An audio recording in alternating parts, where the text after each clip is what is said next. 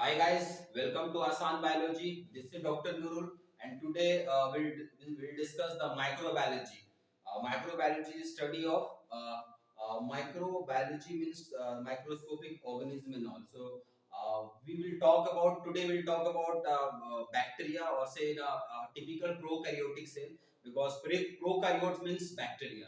So we'll try to make our this whole video very crisp, very concise and very and you know, whatever we are getting, we'll talk about the detailed thing and all. So we'll make the whole discussion very close to the syllabus of say NCRT book, as well as we'll go a bit in depth because we are prepared this video for a NEET. तो NEET के लिए हम बना रहे हैं, तो इसके लिए थोड़ा सा डेप्थ में जाएंगे. आप बेयर कीजिएगा. और आप जो लोग बैक्टीरिया के बारे में पहले पिछली क्लास में पढ़ चुके हैं, उनसे रिक्वेस्ट है कि अगर आपने नहीं पढ़ा है प्रोकैरियोट सेल के बारे में या बैक्टीरिया के बारे में, या फिर एनसीईआरटी की बुक की page number 126, 127 and 128, you can आप उस यहाँ वीडियो को यहीं पे पॉज कीजिए, एक बार इसको ब्रश अप कीजिए and then restart the video. Then you will able to understand correlate thing, otherwise you will lost in between. ठीक है, तो आज हम बैक्टीरियल स्ट्रक्चर, बैक्टीरियल सेल के बारे में बात करेंगे.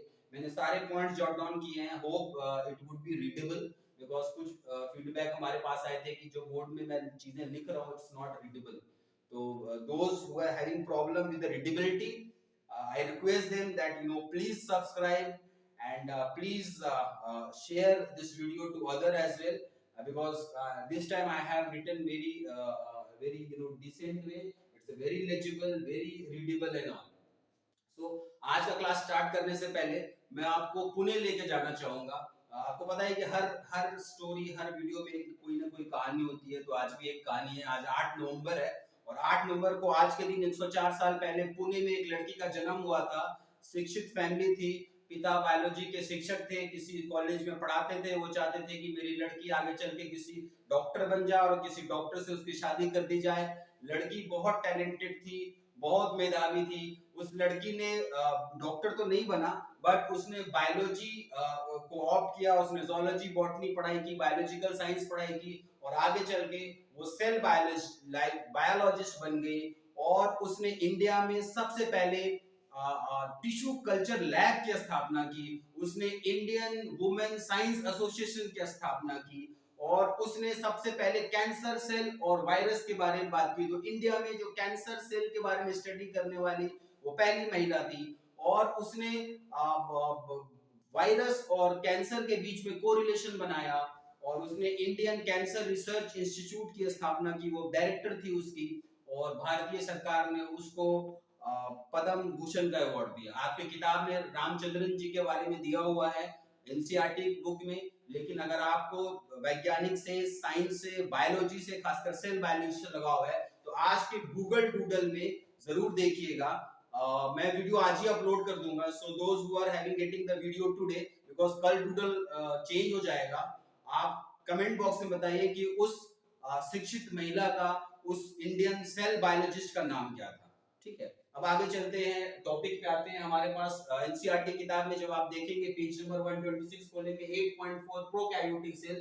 उस प्रोकैरियोटिक सेल की जो पैराग्राफ है उसमें सेल के बैक्टीरिया के सेल के शेप की बात की गई है, सेल स्ट्रक्चर की बात की गई है, उसके डीएनए जेनेटिक मटेरियल की बात की गई है, थोड़ा सा मीसोसोम के बारे में बताया है. लेकिन फर्दर अगले पैराग्राफ में मीसोसोम को डेप्थ में बताया गया है और उसके सेल वॉल, सेल स्ट्रक्चर के बारे में बताया गया, जो एनवेलप होता है और उसकी जो मॉडिफिकेशंस होती हैं. और इस 8.4.1 में फ्लैजेला, फिम्बरी, पाइलाई के बारे में बताया गया. और अल्टीमेटली 8.4.2 जो पेज नंबर 128 है उसमें राइबोसोम इंक्लूजन बॉडी की बात की गई है. तो one by one will try to discuss. आज हम इसकी बात करेंगे. तो देखो, सबसे पहले बैक्टीरिया क्या है. Bacteria is a invader. वो क्या करता है, इन्वेड करता है. तो कोई भी इन्वेडर के पास कुछ चीजें होती है. क्या होगा, उसके पास एक बुलेट प्रूफ जैकेट होगा, उसके पास मौसम के बदलते हालात को देखते हुए और जैकेट होगा, गर्मी से बचने के लिए जैकेट होगा, उसके पास कुछ ऐसे फूड मटेरियल्स होंगे जिस फूड मटेरियल से वो सरवाइव कर सकता है, उसके पास अपनी जो अटैक करने की क्षमता को बढ़ाने के लिए, पावर को बढ़ाने के लिए हाई रेप्लिकेशन पावर की जरूरत है, उसको दुश्मनों के जो वार है उससे बचने के लिए उसके पास कुछ उसको मिमिकिंग या उससे बचने का कुछ तरीका होगा कि कैसे वो बच सकता है दूसरे अपने दुश्मन से वार करने से। तो ये यही सारा बैक्टीरिया में होता है। बैक्टीरिया इन्वेडर है और वो दूसरे स्पीशीज को इन्वेड करता है, उसमें इन्फेक्शन पैदा करता है। तो उससे बचने के लिए ऑलमाइटी ने, नेचर ने उसका ऐसा बनाया है कि वो मिमिक करता है और वो सरवाइव करता है। बैक्टीरिया हार्श कंडीशन में सरवाइव करता है, इसके लिए उसके स्ट्रक्चर अलग से नेचर ने दिया है। उसी को आज हम डेप्थ से जानने की कोशिश करेंगे कि कैसे वो इन्वेड करता है। तो उसके पास जो उसका जो कोट होता है, उसका जो बुलेट प्रूफ जैकेट होता है, उसके पास खाने पीने का जो, अगर आप देखोगे कोई अगर कमांडो फोर्स कहीं जाता है, या आपने तो देखा ही होगा फिल्म रोबोट, रजनीकांत की चिट्टी वाला जो मूवी है, उसमें कैसे रोबोट अपने आप को रेप्लिकेट करता है। तो सारे बैक्टीरिया की यही सारी खासियत है कि उसके पास इंक्लूजन बॉडी के फॉर्म में फूड मटेरियल्स स्टोर होते हैं जो ड्राई फ्रूट्स की तरह होते हैं, जो कभी वो इस्तेमाल कर सकता है। उसके जो ऊपर के लेयर होते हैं उसमें एनर्जी होता है, उसका वो इस्तेमाल करता है सरवाइव करने के लिए। उसको बाहर से बचने के लिए, बुलेट से बचने के लिए बुलेट प्रूफ जैकेट होता है, उसके बारे में भी हम बात करेंगे आगे। और उससे उसको भागने के लिए रॉकेट होता है या प्लेन होता है, यहाँ पे वो फ्लैजिला का इस्तेमाल करता है।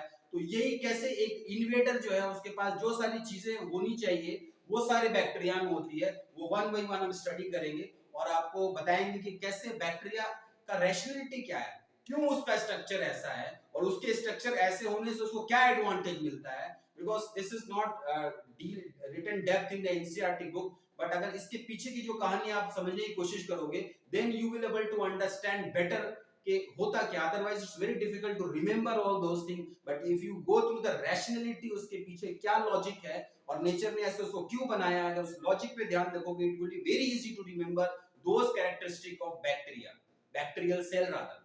ठीक है, तो हम सबसे पहले हम प्रोकैरियोटिक सेल की बात कर रहे हैं। प्रोकैरियोटिक सेल में क्या होता है, बैक्टीरिया होता है किंगडम मोनेरा का और ब्लू ग्रीन एल्गा होता है। बैक्टीरिया का खास टिपिकल की बात करेंगे, जहां जहां पे जो पॉइंट्स ब्लू ग्रीन एल्गा का आएगा I will keep including into these chapter. So सबसे पहले हम बैक्टीरिया की बात करते हैं कि बैक्टीरिया का स्ट्रक्चर कैसा होता है।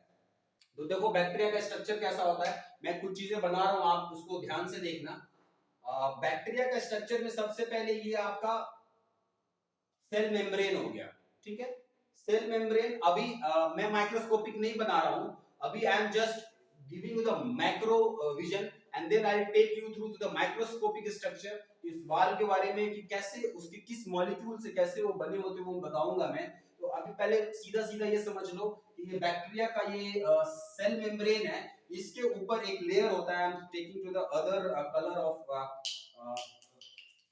ठीक है, मैं दूसरा कलर लेके, इसके ऊपर एक सेल वॉल होता है। ठीक है, इस सेल वॉल के ऊपर एक और लेयर होता है जिसको बोलते हैं glycocalyx, it is called glycocalyx. ठीक है, उसके अंदर सर्कुलर डीएनए हो गया, इसके बाद इसके अंदर मीसोसोम्स हो गए, इसके अंदर बहुत सारे राइबोसोम्स आ गए।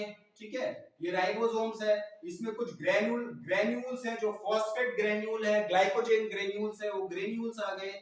ठीक है, और आपको ये मीसोसोम दिख रहा है इसमें साथ में। उसके बाद बैक्टीरिया है, अगर फ्लैजेलर बैक्टीरिया है जिसमें फ्लैजेला, कुछ बैक्टीरिया फ्लैजेला नहीं होता है तो उसमें फ्लैजेला होता है। ये माइक्रोस्कोपिक स्ट्रक्चर बता रहा हूं आपको ब्रॉडली कि बैक्टीरिया एक ये डबल स्ट्रैंडेड डीएनए होता है जो कि एंड टू एंड क्लोज होता है, एक क्रोमोसोम का होता है, इसमें राइबोसोम होता है और इसके अंदर जो ऑर्गेनेलीज होती हैं, मेम्ब्रेन बोर्न ऑर्गेनेलीज नहीं होती है, ये डीएनए भी नेकेड होता है। और ये सेल मेम्ब्रेन की जो इन्वेजिनेशन इनफोल्डिंग्स होती है उसको मीसोसोम बोलते हैं, वो आगे चल के माइटोकॉन्ड्रिया की तरह काम करता है। और इसी तरह से इसके अंदर क्रोमेटोफोर्स होते हैं जो कि क्लोरोप्लास्ट की तरह साइनोबैक्टीरिया में काम करते हैं। और इनके अंदर जो आपको बताया था मैंने, इंक्लूजन बॉडी क्या होती है, वो फूड रिजर्व्स होते हैं उनके, जैसे कि अटैक करने के लिए जो कमांडोज के पास ड्राई फ्रूट्स होते हैं, तो फूड मटेरियल्स इनके पास ग्लाइकोजेन के फॉर्म में, फॉस्फेट के फॉर्म में, साइनोफाइसिन के फॉर्म में होते हैं। ठीक है, तो ये सारी चीजें होती हैं बैक्टीरिया के अंदर। ये टिपिकल बैक्टीरियल सेल स्ट्रक्चर है, ठीक है। अब हम इसको will try to study one by one.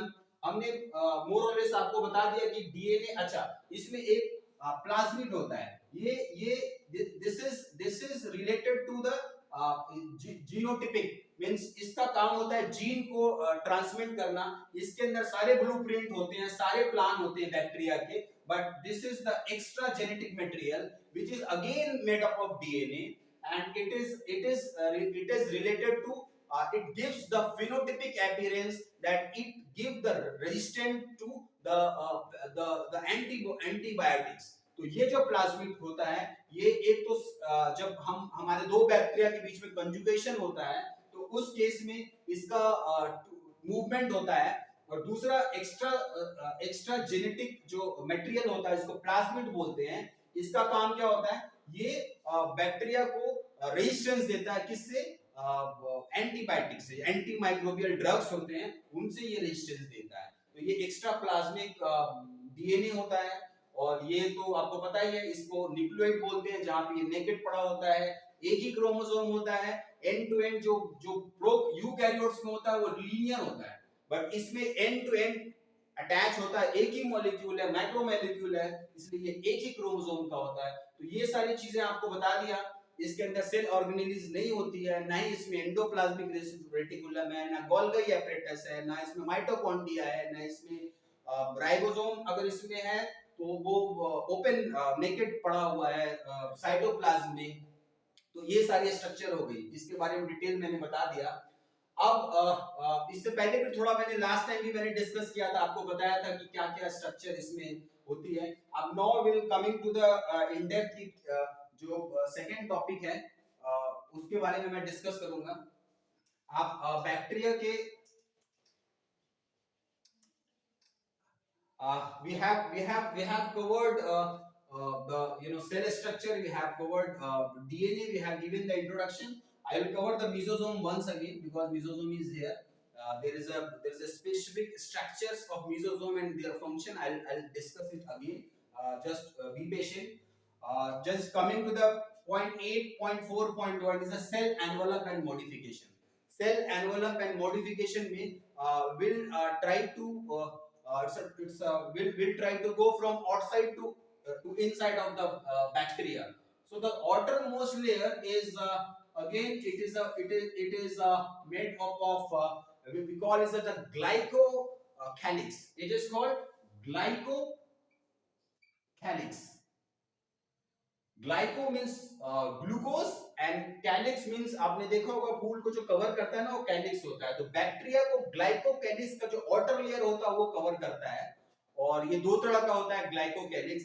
If glycocalyx is a made up of polysaccharide, it is आप याद कर लो कि glycocalyx is a made up of either polysaccharide और it is made up of protein or any the peptides, or it is a made up of both this polysaccharide as well as protein. So this is the polysaccharide layer outside the bacteria, and it is of two types. If this glycocalyx, this is the outermost capsule, I am talking about the outermost capsule. If the glycocalyx, which is made up of sugar, which is made up of sugar, and it is a polysaccharide, it is when it is tightly bound with the cell wall of the bacteria. I am just showing you, this is the cell membrane. Over the cell membrane is a cell wall, and over the cell wall is a glycocalyx. There is a three structure making a one unit of bacterial envelope. In bacterial का जो envelope होता है उसके तीन layer होते हैं। The outermost layer is a glycocalyx, middle layer is a cell wall, and the innermost layer is a plasma membrane. तो जो आउटरमोस्ट लेयर ग्लाइकोकैलिक्स का है, if it is a tightly bond with the cell wall, then it is called a capsule, and when it is a loosely bound with the cell wall, then it is called slime layer. It is what it is called? It is called slime layer. Okay. So what is the function of? I'm just giving you the example that when an invader goes somewhere, he has some special jacket to get themselves protected. So I'll just giving you the function of this capsule, that what this capsule do for the bacteria. So the capsule is basically the capsule is basically it's give us a outer covering, and it protects bacteria from harsh condition and all. Cell wall also does the same thing, but it is cell wall is somewhat permeable and porous, but this capsule is not as much permeable, so it protects bacteria from harsh condition and all. Number one. Number two, this glycocalyx capsule, which is tightly bound to the this cell wall. This give the virulence to the bacteria, because bacteria काम attack करना है, तो attack करने के लिए उसको virulence क्या होगा कि ये जो ग्लाइकोकैलिक्स है ना, it is negatively charge, it is a negatively charge polysaccharide layer. और क्या होता है कि हमारे पास जो इनगल्फिंग सेल होते हैं ना, जो कि WBC, जो जब भी बैक्टीरिया अटैक करता है तो हमारे बॉडी में क्या आता है, हमारे बॉडी में जो डिफेंस सेल होते हैं, न्यूट्रोफिल्स होते हैं, और जो मैक्रोफेजेस होते हैं, वो न्यूट्रोफिल जो होते हैं ना, इनको न्यूट्रलाइज करने के लिए आते हैं। तो अगेन जो न्यूट्रोफिल्स है ना, उसके ऊपर भी नेगेटिवली चार्ज होते हैं, एनायनिक नेगेटिवली चार्ज होते हैं, और ये कैप्सूल भी नेगेटिवली चार्ज होता है। तो इनके रिपल्शन की वजह से it become more violent, it become more violent. इसके पास भी नेगेटिव चार्ज है जी, और जो इनगल्फ करने के लिए हमारे पास आ रहा है से न्यूट्रोफिल्स, जो उसको खाता है फैगोसाइटोसिस के जरिए, तो ये फैगोसाइटोसिस नहीं होने देता है, ये फैगोसाइटोसिस से बचाता है बैक्टीरिया को, and it's given the life expectancy बढ़ाता है। नंबर टू, जो आपको वायलेंस बढ़ाने के लिए है कि it is again a toxic, ये टॉक्सिक मटेरियल होता है, and it is giving the toxicity, and due to this जो एंटीबॉडीज बॉडी में बनती हैं, तो this is the capsule which is being used for making vaccines and all. ये vaccine जो है ना, बहुत सारे जो बैक्टीरिया है, उनके वैक्सीन इसी कैप्सूल के जो लेयर होते हैं ना, वो उस लेयर के थ्रू वैक्सीन बनता है बैक्टीरिया का। तो it is very important. Glycocalyx आपको बता दिया। अब आ जाओ आप बैक्टीरिया के सेल वॉल के ऊपर। आपके इसमें एनसीईआरटी किताब में आपका जो सेल एनवेलप के बारे में 3-4 चीजें लिखी हुई हैं कि आउटर मोस्ट लेयर है वो ग्लाइकोकैलिक्स का होता है, जब ये टाइटली बॉन्ड होता है तो इसको हम कैप्सूल कहते हैं, जब ये लूजली बॉन्ड होता है इसको स्लाइम लेयर कहते हैं। This much is given in your NCERT book. तीसरा चौथा काम क्या होता है कि ये जो ग्लाइकोकैलिक्स होता है ना, इसका वाटर कंटेंट बहुत ज्यादा होता है, और क्योंकि ये ग्लूकोज का बना होता है, तो एडवर्स कंडीशन में यहां से हम we can get the water as well as we can get the nutrition from here. तो हम यहाँ से एनर्जी ले लेते हैं, हम ना यहाँ से न्यूट्रिशन ले लेते हैं। तो एडवर्स कंडीशन में बैक्टीरिया के सर्वाइवल के लिए capsule is also playing a good role, ठीक है ना। तो ये याद करना हो, ये कैप्सूल इसको कैसे बचाता है, ठीक है। तो इतना ही आपको कैप्सूल के बारे में, ग्लाइकोकैलिक्स के बारे में एनसीईआरटी किताब में दिया हुआ है। अब आ जाओ वेरी टिपिकल, वेरी इंपॉर्टेंट, आप माइक्रोबायोलॉजी के बारे में आगे जानोगे तो आपका is very important, is a cell wall is a typical of bacteria.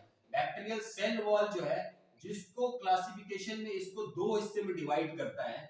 One is called gram positive, वो आपके एनसीईआरटी किताब में डिटेल में नहीं लिखा हुआ है। One is a gram positive and other is a gram negative.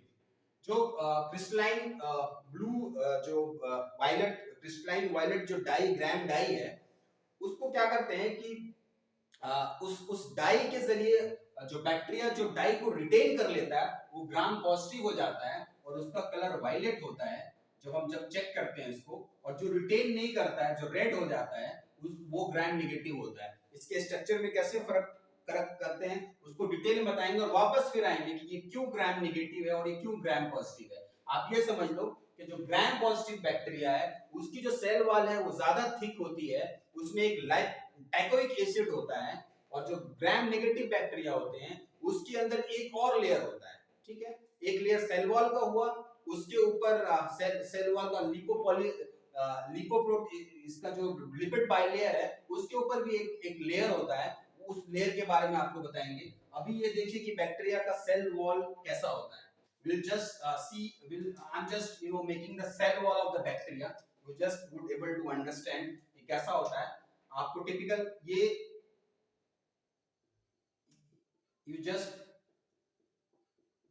lipid bilayer हो गया. This is the lipid bilayer.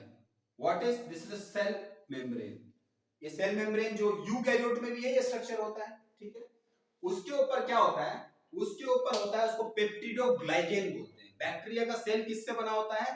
Peptidoglycan. Peptidoglycans means we have two words. One is coming from peptido means peptide and glycans means sugar. It is sugar. ठीक है ना. तो peptidoglycans, ये glycan का जो portion है ना, ये दो तरह के शुगर का होता है. क्या होता है? एक होता है, एक बोलता है NaM और एक होता है NAG. ठीक है ना. इसको हम म्यूरिन भी बोलते हैं. Peptidoglycan is also called as a murein. ठीक है ना. ये दो स्पेसिफिक ग्लूकोज का बना होता है. एक बोलते हैं N acetyl muramic acid. It is called N acetyl muramic acid and it is called N acetyl glucosamine. ठीक है ना. तो ये दो आपके स्ट्रक्चर होते हैं. ठीक है ना. ये कैसे बने होते हैं? तो इनका बैकबोन होता है. इनका क्या होता है? बैकबोन होता है. किसका बैकबोन होता है? ग्लूकोज का. पॉलीसैकेराइड, ये जो NAG ये ना, ये रिपीट करते हैं. ये इस तरह के स्ट्रक्चर होते हैं. आप इसको डिटेली देख लो. एक NAG है, एक NAM है, फिर NAG है, फिर NAM है. This is how this is called NAM, then NAG, then again NAM, then again NAG. ठीक. और ये इनके लेयर्स होते हैं. तो ये जो बैकबोन होता है ना बैक्टीरिया सेल का, वो बैकबोन जो होता है वो ग्लाइकेन शुगर का बना होता है. किसका बना होता है? शुगर का. और ये अगर आप बात करें ग्राम पॉजिटिव बैक्टीरिया की, तो ये जो शुगर के जो पेप्टिडोग्लाइकेन की लेयर है, ये अप टू 6 लेयर्स तक होते हैं. 6 लेयर तक होते हैं. इसी वजह का ग्राम पॉजिटिव बैक्टीरिया का जो सेल वॉल होता है वो थिक होता है. वो क्या होता है? वो थिक होता है. और वो ग्राम जो पॉजिटिव है उसका सेल वॉल थिक होता है. ठीक है. और इसके अंदर एक टैकोइक एसिड होता है. This is called a peptidoglycan. Peptidoglycan का लेयर है. उस पेप्टिडोग्लाइकेन के अंदर ये teichoic acid which is the specific, आपको किताब में मिल जाएगा, which is specific to the gram positive bacteria. ये ग्राम पॉजिटिव बैक्टीरिया में वो टिकोइक एसिड होते हैं और ये पेप्टिडोग्लाइकेन होता है. आपको अभी मैं NAM-NAG का स्ट्रक्चर फिर से बताऊंगा, पहले आप ये समझ लो. उसके ऊपर अब आ जाओ. ये this I am just drawing the gram negative bacteria. This is the gram negative bacteria. If you look at the gram-negative bacteria, it is again made up of lipid bilayer, phospholipid bilayer. ये lipid bilayer बना रहा हूँ मैं. This is the lipid bilayer. Just look at this.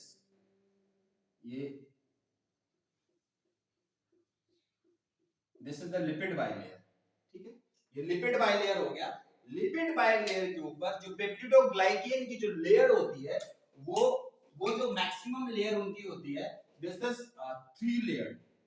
ठीक है ना. तो यहाँ जो ग्राम नेगेटिव बैक्टीरिया है, जो कि स्ट्रेन को रिटेन नहीं कर पाता है, जो ग्राम नेगेटिव है, उसके अंदर पेप्टिडोग्लाइकेन की सिर्फ 3 लेयर्स होती हैं. यहाँ 6 लेयर होती है, मैक्सिमम 6 लेयर. यहाँ पे 3 लेयर. लेकिन इसके ऊपर एक एडिशनल ग्राम नेगेटिव में एक और लेयर होता है.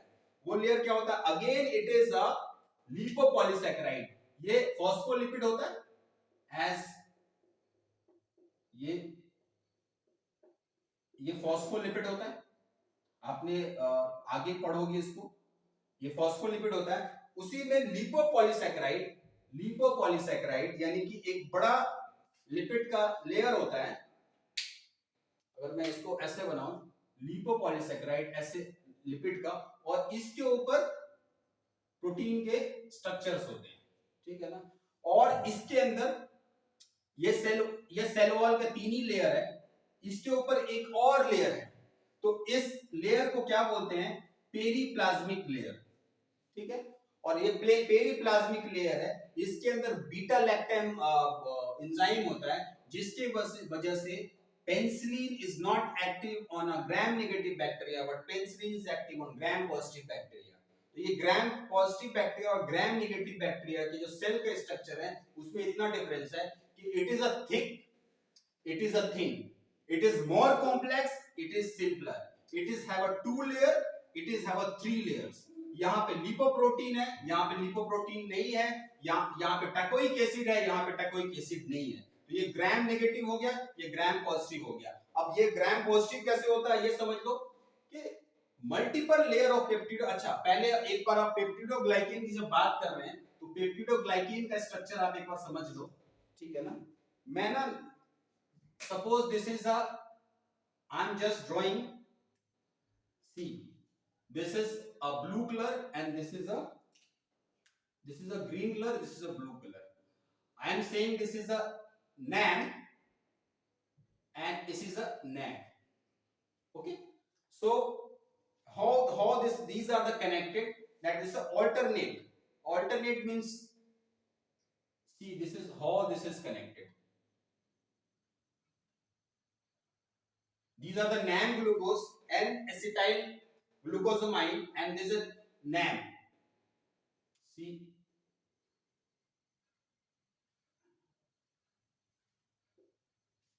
आपको ना इसको मैं NAM कर देता हूँ, ठीक है ना। ये दो मॉलिक्यूल्स होते हैं ग्लूकोज के, और जो NAM होता है ना इससे पेप्टाइड लिंकेज होती है। इस पे ना 3 बेस के अमाइनो एसिड होते हैं, ये इस तरह निकले होते हैं, आप देख लो ये 1 2 3 4 अमाइनो एसिड होता है, ठीक है ना। और ये 4 अमाइनो एसिड कैसे लिंक होता है, ये लिंक इस तरह से होता है। इसका थर्ड जो है ना इसके फोर्थ से लिंक करता है, इसका फोर्थ इसके थर्ड से लिंक करता है, इसका थर्ड इसके फोर्थ से लिंक करता है। So this is how this is, आप देख लो ये NAM है, N acetyl muramic acid. N acetyl muramic acid से एक प्रोटीन की जो पेप्टाइड्स चेन अटैच होती है उसमें 4 अमाइनो एसिड होते हैं। ये 4 अमाइनो एसिड 1 2 3 4 इस तरह से बने होते हैं, और इनके बीच में जो लिंकेज होता है वो थर्ड से फोर्थ का ये लेयर होता है। और ये जो लेयर है ना ये बैक्टीरिया है, जैसे ये बैक्टीरिया, इसमें ये जो ग्लूकोज है, जो NAM है ना, वो मेन बैकबोन उसका होता है, ये बैकबोन उसका होता है। उसके बीच में पेप्टाइड्स की लिंकेज होती है, ये पेप्टाइड की लिंकेज होती है, ये पेप्टाइड्स जो है उसको लिंक करते हैं। और मजे की बात ये है कि जो पूरा स्ट्रक्चर है ना वो एक मॉलिक्यूल का होता है, मेगा मैक्रो मॉलिक्यूल है, इतना बड़ा मॉलिक्यूल है, आपस में जुड़ा हुआ है, इट्स अ सिंगल मॉलिक्यूल, ठीक है।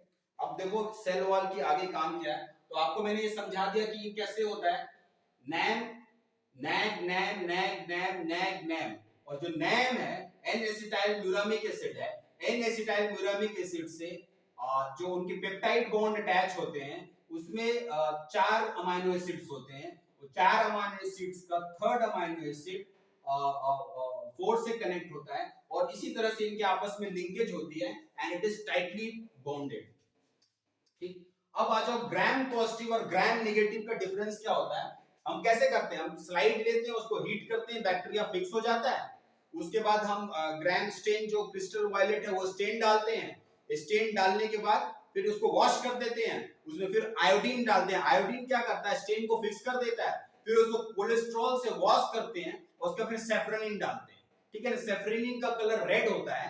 तो जो क्या करते हैं, सबसे पहले आप समझो कि क्या डिफरेंस होता है।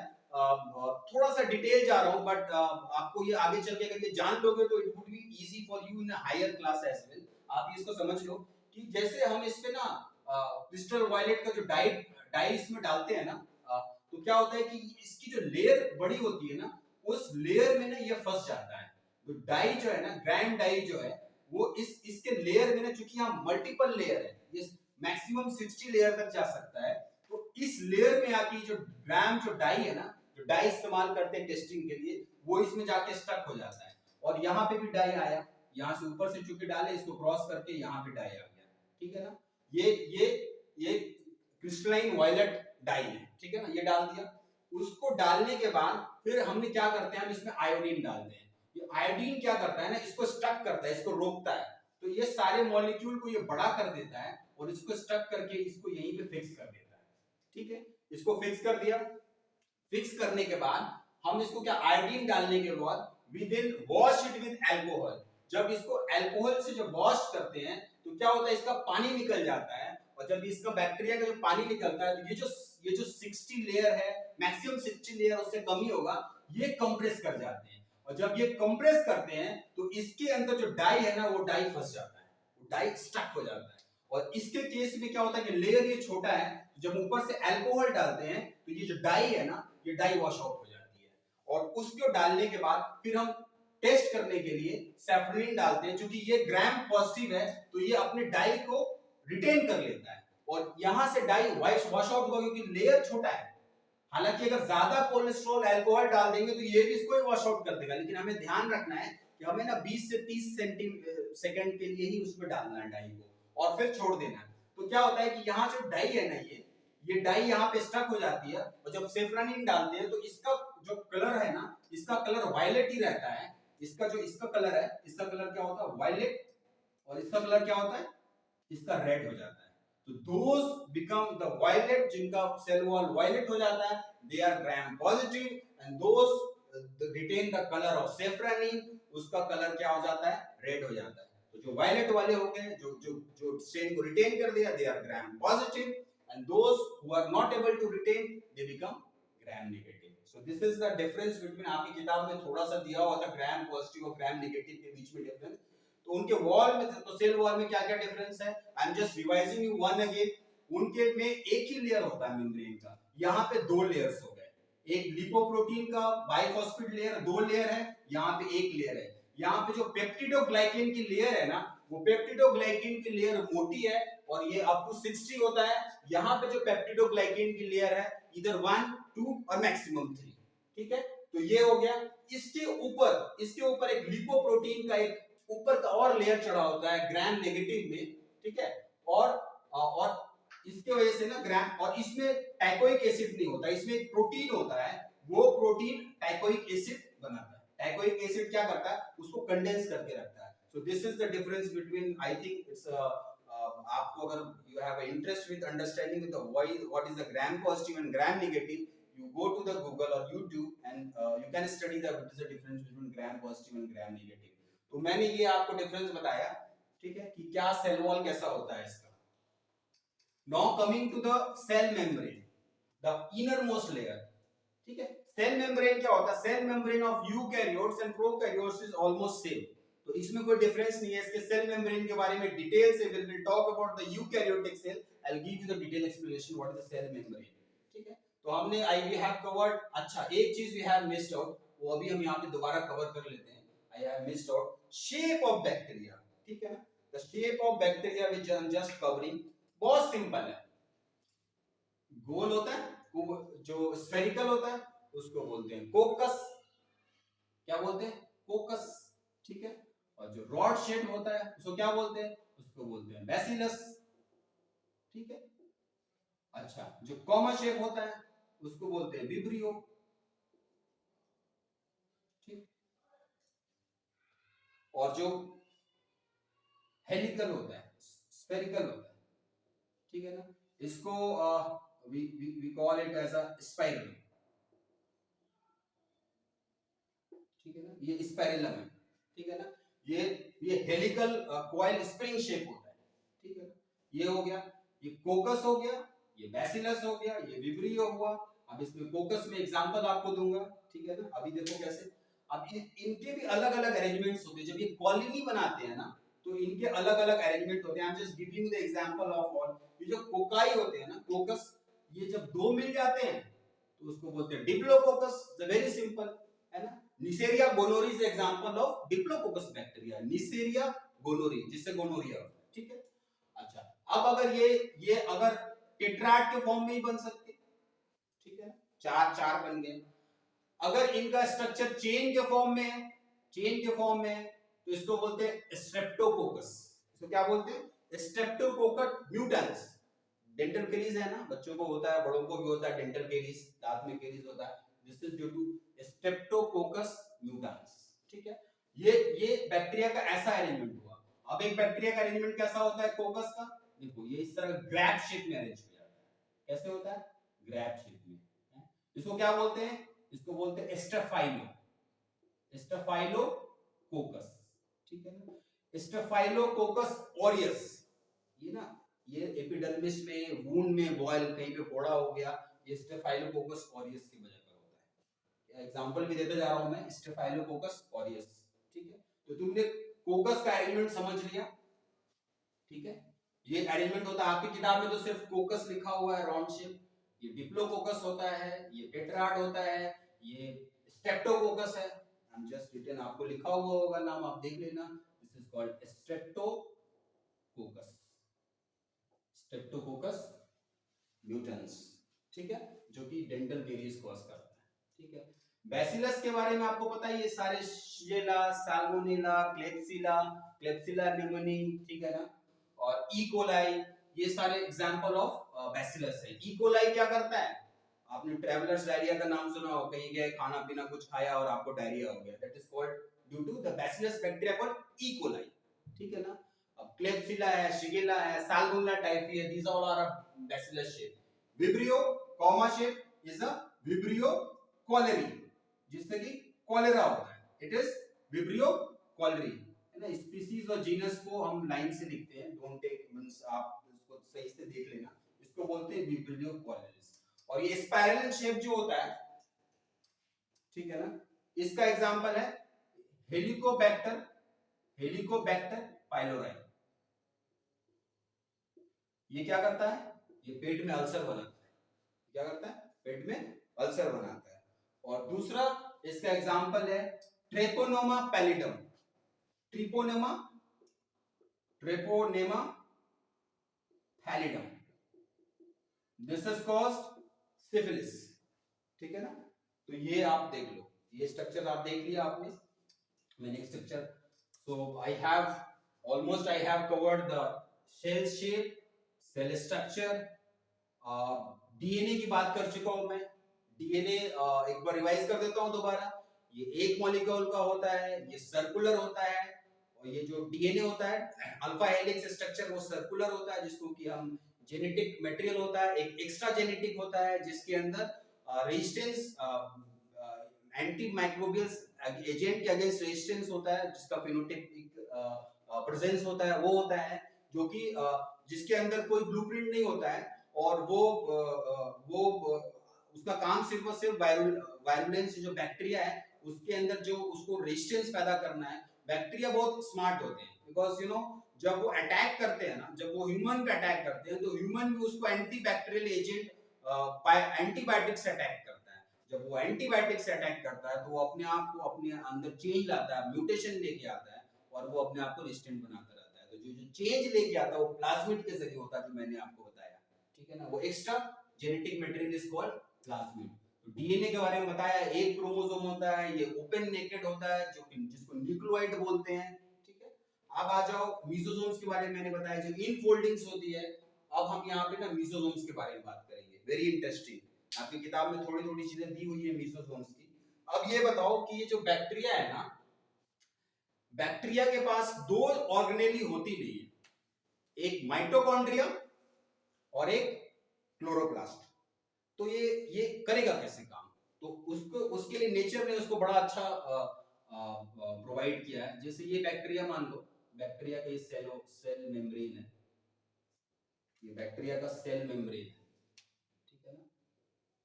इस सेल मेम्ब्रेन की जो इनफोल्डिंग होती है, ये इनफोल्डिंग होती है सेल मेम्ब्रेन की, ये इसी को मीसोसोम बोलते हैं।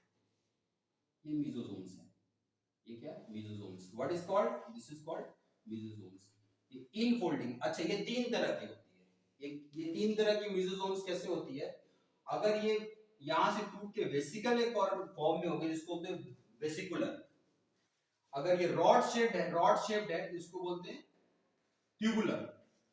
और अगर ये इस फॉर्म में बन रहा है, उसको बोलते हैं lamellar. So this is called vesicular, this is called tubular, and this is a lamellar. So we have three types of mesosomes which is present in the bacteria, and इसको हम chondroid भी बोलते हैं, बिकॉज माइटोकॉन्ड्रिया नहीं होता, इसलिए कॉन्ड्रोइड भी बोलते हैं। Is this analogous to mitochondria. अब इसका फंक्शन देखो, बड़ा मजेदार फंक्शन है इसका। अब देखो फंक्शन क्या क्या है इसका। सबसे पहला फंक्शन ये है भाई, इसमें माइटोकॉन्ड्रिया होता नहीं है, इसको जिंदा रहना है, एनर्जी चाहिए। एनर्जी कहां से आएगा? तो मीसोसोम से आता है। मीसोसोम क्या करता है? ये लाइसोसोम का काम करता है, और इलेक्ट्रॉन चेन ट्रांसपोर्ट इसके मेम्ब्रेन पे होता है, और इसका मेम्ब्रेन पे यहाँ पे एंजाइम होता है। ये मेम्ब्रेन है ना, ये देखो, ये मेम्ब्रेन है ना, इस मेम्ब्रेन पे चूंकि इसका सरफेस एरिया बढ़ गया, तो यहाँ पे एंजाइम होता है, और यहाँ पे ऑक्सीडेशन यहाँ पे होता है हमारा, और यहाँ पे एनर्जी जनरेट होता है। यहाँ पे क्या होता है? जैसे माइटोकॉन्ड्रिया में एनर्जी जनरेट होता है, प्रोटॉन जो चैनल होते हैं जिसके थ्रू एटीपी जनरेट होता है, वो यहाँ पे जनरेट होता है। ठीक है ना? तो एक तो काम इसका है कि एनर्जी देता है, ठीक है।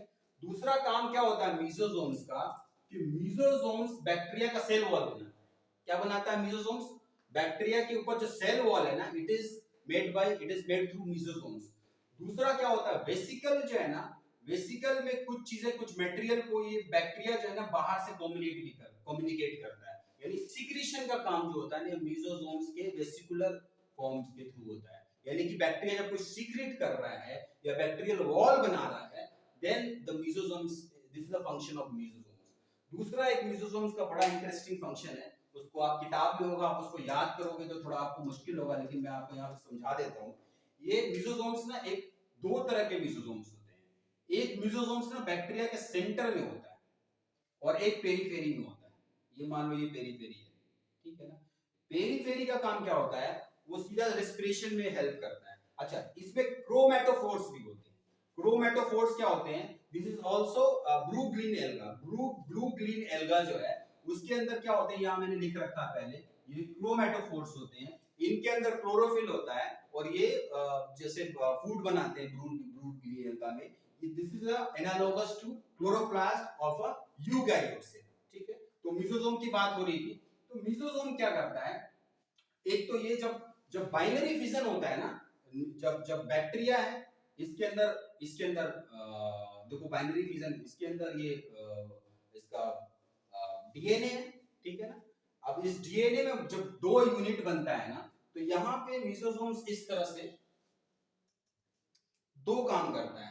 ये मीसोसोम्स जो है ना, इनके जो जो डबल यूनिट बन गया ना, डबल यूनिट, ये जो डीएनए है ना, उनको डॉटर बैक्टीरिया, जो डॉटर, अब इससे दो बैक्टीरिया बनेंगे ना, डॉटर बनेंगे ना बैक्टीरिया, दो बैक्टीरिया बनेंगे।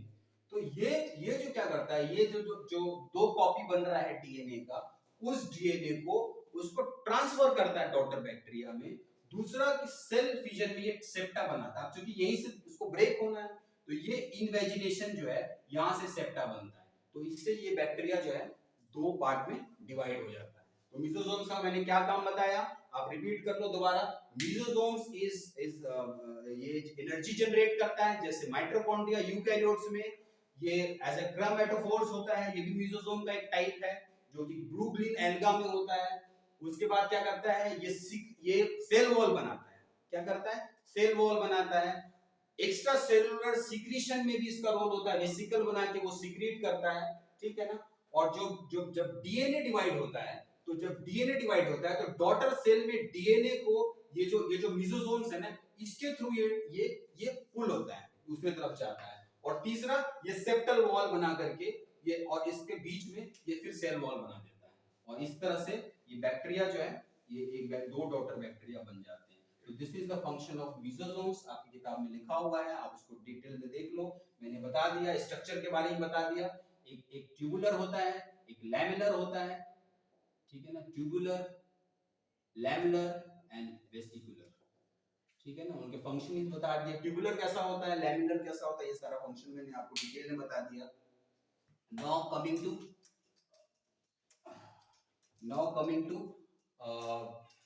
Flagella. Very good, very important. Flagella होता है ना, बैक्टीरिया को किसी में फ्लैजेला होता है और किसी में नहीं होता है। तो जिसमें फ्लैजेला होता है, अभी चलो मैंने वो रब कर दिया ग्राम पॉजिटिव और ग्राम नेगेटिव में, थोड़ा सा फ्लैजेला में डिफरेंस होता है। आपकी किताब में फ्लैजेला में सिर्फ इतना लिखा है कि फ्लैजेला के तीन पार्ट होते हैं।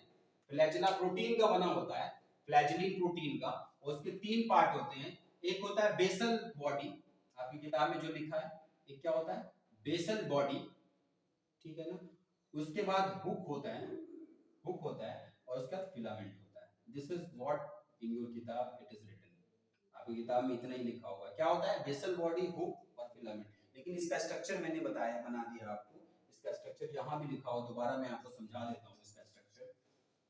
थोड़ा सा ग्राम पॉजिटिव और ग्राम निगेटिव में जो फिलामेंट होता है ना वो अलग अलग होते हैं। क्या होता है ग्राम पॉजिटिव में कि जो ग्राम पॉजिटिव है उसमें सिर्फ दो लेयर्स होते हैं, ये रिंग्स बने होते हैं, बेसल बॉडी ना रिंग्स में बने होते हैं, ठीक है ना। तो उसमें क्या होता है, एक एम रिंग बोलते हैं और एक एस रिंग बोलते हैं। तो ग्राम पॉजिटिव में सिर्फ दो रिंग होते हैं, ठीक है ना। और उसके बाद ट्यूब होता है, और यहाँ पे ऐसा ऐसा हुक बना होता है, और यहाँ पे ये फिलामेंट होता है, ठीक है ना, ये फिलामेंट होता है। इसको, इसमें खास बात एक है, difference between eukaryote and prokaryote, अगर तुम इसको सेक्शन करोगे तो जो फिलामेंट प्रोटीन का बना होता है उसका स्ट्रक्चर होता है 9+0, यानी कि पेरिफेरी पे 9 डुप्लेट ट्यूबुल्स होते हैं और सेंटर में नहीं होता है कुछ भी, जबकि 9+2 अरेंजमेंट होता है इसमें यूकैरियोट्स में। This is in prokaryotes and this is in eukaryotes, this is in eukaryotes, you just remember this, ये क्वेश्चन नीट में आ सकता है, ठीक है ना। तो थोड़ा सा डिफरेंस होता है कि ग्राम पॉजिटिव में मैं थोड़ा सा इसको डेप्थ में बता रहा हूँ फ्लैजिला का स्ट्रक्चर, कि ये जो बेसल बॉडी होता है ना, ये बेसल बॉडी है, ये this basal body is embedded into the cell wall of the bacteria, वो सेल वॉल के अंदर एंकरिंग करता है, वो एम्बेडेड होता है ये basal body, this is called the basal body, ठीक है, बेसल बॉडी। और ये बेसल बॉडी और बाहर जो फिलामेंट है, जो फिलामेंट की लंबाई बहुत होती है, जो बड़ा फिलामेंट है, ठीक है ना, वो फिलामेंट है, इस फिलामेंट को एक हुक कनेक्ट करता है, क्या करता है, हुक कनेक्ट करता है, ठीक है ना। तो जो ग्राम पॉजिटिव बैक्टीरिया में दो ही रिंग होते हैं, but so far as the gram negative bacteria is concern, यहाँ पे दो रिंग बढ़ जाते हैं, दो रिंग बढ़ जाते हैं, क्या बढ़ जाते हैं, एक तो इसको पेरीप्लाज्मिक स्पेस होता है इसमें, किसमें, ग्राम नेगेटिव बैक्टीरिया में पेरीप्लाज्मिक स्पेस होता है, तो ये कि यहाँ पे पी रिंग हो गया, और लाइकोप्रोटीन की बाहर लेयर होती है इसलिए एल रिंग हो गया। So in gram positive bacteria there are 4 rings, sorry, in gram negative bacteria there are 4 rings, 2 rings in gram positive, and in gram negative bacteria there are 4 rings. This is how these flagella differs, ठीक है ना। आपकी किताब में इतना detail नहीं लिखा है, लेकिन आप इसको समझ लो, आपका इसका स्ट्रक्चर भी मैंने बता दिया। अब थोड़ा सा अरेंजमेंट के बारे में तो बताया नहीं आपकी किताब में, बात छेड़ दी है, एनसीईआरटी की ब्यूटी है, वो बात कहानी बोल के चुप हो जाता है, आगे बताता ही नहीं है, क्यूरियोसिटी दिमाग में आती है। तो देखो फ्लैजिला का अरेंजमेंट कैसा होता है, कि फ्लैजिला का अरेंजमेंट एक तो ए फ्लैजिलर हुआ, एक फ्लैजिला इसको लगा, उसको बोलते हैं monotrichous, this is called monotrichous, ठीक है ना। और अगर दोनों एक एक लगा हुआ है तो इसको बोलते हैं amphitrichous, amphitrichous, this is called amphitrichous. और अगर एक तरफ लगा हुआ है ऐसे ऐसे ऐसे तो इसको बोलते हैं लोफोट्राइकस, क्या बोलते हैं इसको, लोफोट्राइकस। और अगर दोनों तरफ टफ्ट है, मोर देन वन, दोनों तरफ टफ्ट ऑफ फ्लैजिला है, इसको बोलते हैं cephalotrichous, this is called cephalotrichous, this is called cephalotrichous. तो हमने बता दिया atrichous no flagella, monotrichous एक फ्लैजिला एक तरफ है, एम्फीट्राइकस में एक फ्लैजिला एक तरफ, दूसरा फ्लैजिला दूसरे एंड पे, और अगर more than one tuft of flagella एक तरफ है उसको लोफोट्राइकस बोलते हैं, और अगर tuft of bacteria in both side उसको सेफेलोट्राइकस बोलते हैं, और एक बैक्टीरिया ऐसा होता है जिसको हर तरफ फ्लैजिला होता है, this is called peritrichous, this is called peritrichous. आप इसको स्क्रीनशॉट ले लो, जॉट डाउन कर लो, हैंडराइटिंग तो अच्छी नहीं, यू विल गेट, आपको आसानी से मिल जाएगा किताब में, आपको इमेज मिल जाएगा, आप अगर डालोगे अरेंजमेंट ऑफ बैक्टीरिया गूगल पे सर्च करोगे will get the whole structure of bacteria, atrichous, monotrichous, amphitrichous, lophotrichous, cephalotrichous and the peritrichous, ठीक है। ये बैक्टीरिया की मोटिलिटी की बात हुई है।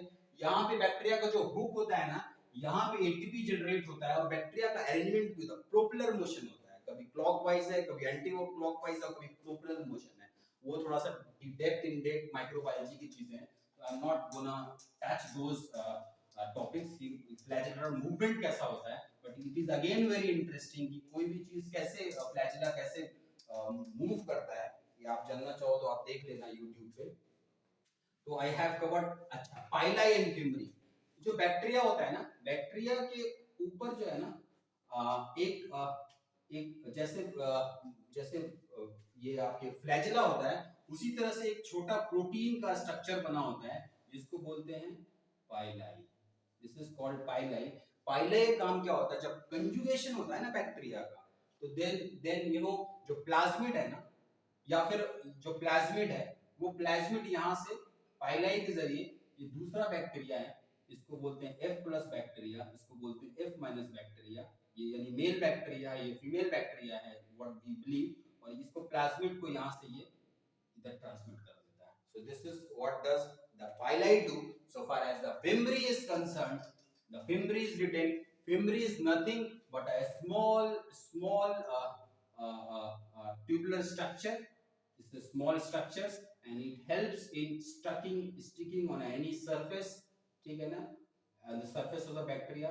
This is very small, this is multiple number would be more, so it is called a fimbriae, जो आपकी किताब में लिखा हुआ है, ठीक है ना। So I have covered almost, I have covered 8.4 and 8.4.1. Now coming to two things, one is a ribosome and one is a inclusion body. थोड़ा सा वीडियो बड़ा हो गया, बट बी पेशेंट, थोड़ा सा बस आपको राइबोसोम बता के खत्म करता हूँ। बैक्टीरिया के अंदर जो राइबोसोम होता है ना, हाँ, राइबोसोम क्या होता है, ओपन होता है, आपको बताया था पिछले वीडियो में, राइबोसोम वर्कर्स होते हैं, वो काम करते रहते हैं, वो प्रोटीन बनाते हैं, है ना, प्रोटीन बनाते हैं। वो क्या होता है कि बैक्टीरिया के जो mRNA होते हैं, mRNA में जो कोडिंग होती है मैसेंजर आरएनए में, उसको डिकोड करके जो ट्रांसक्रिप्शन होता है, फिर बाद में ट्रांसलेशन होता है, उससे प्रोटीन बनाते हैं। तो राइबोसोम का रोल होता है प्रोटीन बनाने में। अच्छा, प्रोकैरियोट्स और यूकैरियोट्स के राइबोसोम में थोड़ा सा फर्क है, मैंने पहले ही बताया था। तो जो आप प्रोकैरियोट्स के राइबोसोम देखो, ये 2 सब यूनिट्स के बने होते हैं। एक होता है 50s, एक होता है 30s, और ये पूरा स्ट्रक्चर जो होता है ना, वो 70s का होता है। क्या होता है भाई, 70s का। ये स्वेडबर्ग थियोडोर स्वेडबर्ग एक स्वीडिश केमिस्ट थे जिसको नोबेल प्राइज मिला था। उसने सेंट्रीफ्यूगेशन का क्या नाम है, इन्वेंशन किया था। वॉशिंग मशीन में क्या होता है, कपड़े को घुमाते हैं ना, उसी तरह से वो बहुत सारे कोलोइडल जो सॉल्यूशन उसको घुमाया था उन्होंने, and he got the Nobel prize. उनका नाम है थियोडर स्वेडबर्ग। तो ये स्वेडबर्ग जो ना सेडिमेंटेशन कोएफिशिएंट है, इसको बोलते हैं स्वेडबर्ग यूनिट, ठीक है ना, स्वेडबर्ग यूनिट। तो ये 30s एंड 50s मिलकर के 70s का जब टोटल बड़ा जब राइबोसोम बनता है, वो 70s का होता है, ये 50s का होता है, और ये 30s का होता है। एक और पॉइंट बीच में आपको नोट करता चलूं कि ribosome is made up of what, ribosome is made up of protein as well as rRNA. What, rRNA.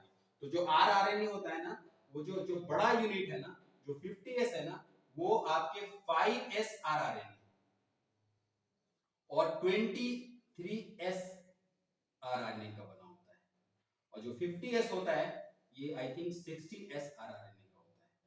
You can correlate, आप स्टडी मटेरियल में देख लोगे, आपको अंडरस्टैंड हो जाएगा। आप यहाँ पे नोट कर लो कि ये आरएनए का स्ट्रक्चर ऐसा होता है, ठीक है ना।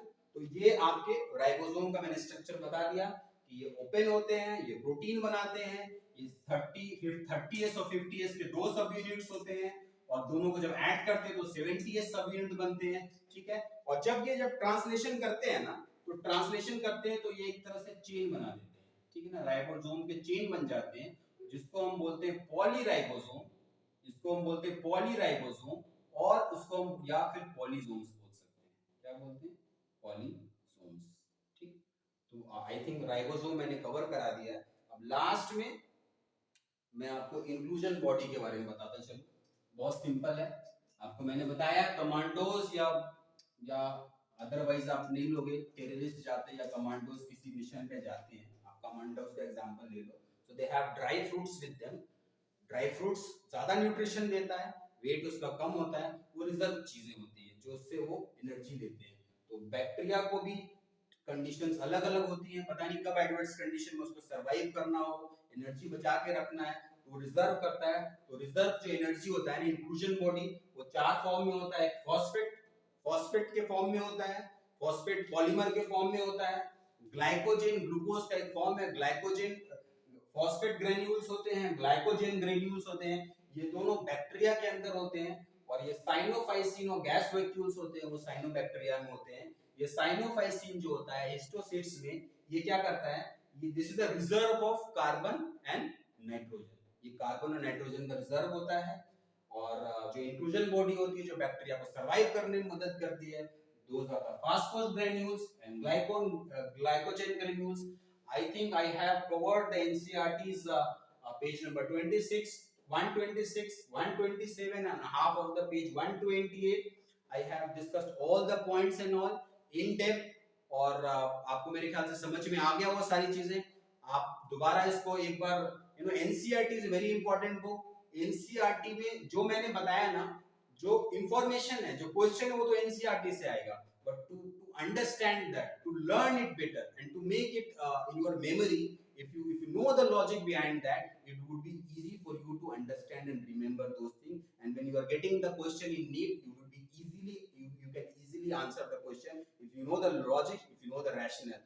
Otherwise, if you are crammed, you are memorized, if you are learn it, it would be better, but be cautious. Don't go to the bigger topics and all. You just stick on the NCERT book, and if you are follow the NCERT book, it should be your good friend, और ये आपको ज्यादा number score करेगा आपके board exam में भी और आपको नीट एग्जाम में भी। तो इसी के साथ मैं इसके आगे टॉपिक में I will cover the eukaryotic cell. Eukaryotic cell का स्ट्रक्चर आपको बताने की कोशिश करूंगा। प्रोकैरियोटिक का I think almost I have covered all the things. मैंने इसमें बैक्टीरिया के शेप डिस्कस कर दिया, सेल स्ट्रक्चर बता दिया, डीएनए प्लाज्मिड्स बता दिया, मीसोसोम्स के डिफरेंट टाइप्स बता दिए, उनके फंक्शन बता दिए। सेल एनवेलप को तो मैंने डिटेल में टच किया, ग्राम पॉजिटिव ग्राम नेगेटिव का डिफरेंस बता दिया आपको।